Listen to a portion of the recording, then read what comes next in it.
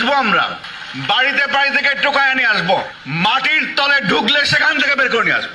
IGP হয়ে হাসিনার স্বৈরতন্ত্র বাস্তবায়নে হাঁকডাক দিতেন রাজনৈতিক নেতাদের মতো। অনিয়ম দুর্নীতিকে তুড়ি মেরে দুহাত ভরে অবৈধ অর্থ সম্পদ কামিয়েছেন বেনজির আহমেদ। কোথায় বেনজির আহমেদ?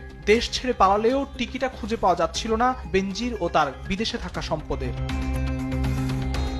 দেশ টিভির হাতে তথ্য আসে, পলাতক বেনজির পরিবার নিয়ে আয়েশেই সময় কাটাচ্ছেন দুবাইয়ের এই অ্যাড্রেস টাওয়ারের 57 তলায়। বেনজিরের দুবাইয়ের এই ফ্ল্যাটটি তারই কেশিয়ার দুর্নীতির আরেক মাফিয়া জসিমউদ্দিনের। কেশিয়ার জসিমউদ্দিন বেনজিরের স্ত্রী জিসান মির্জার সঙ্গে পার্টনারশিপে প্রায় 1000 কোটি টাকা মূল্যের সম্পদ গড়েন দুবাইয়ে। কেনেন 1 ডজন ফ্ল্যাট, অফিস দুবাইয়ের রয়্যাল ইগল রিয়েল এস্টেট থেকে, যার প্রমাণ আসে দেশ টিভির হাতে।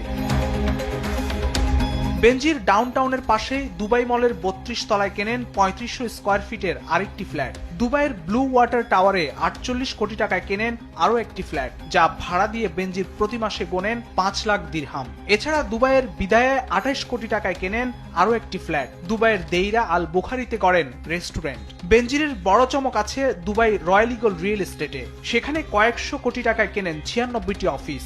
একই জায়গায় তার রয়েছে 44টি শপিং আউটলেট। এখান থেকে বেনজির বছরে আয় করেন 50 কোটি টাকার বেশি। এছাড়া কক্সবাজারে 150 কোটি টাকায় গড়েন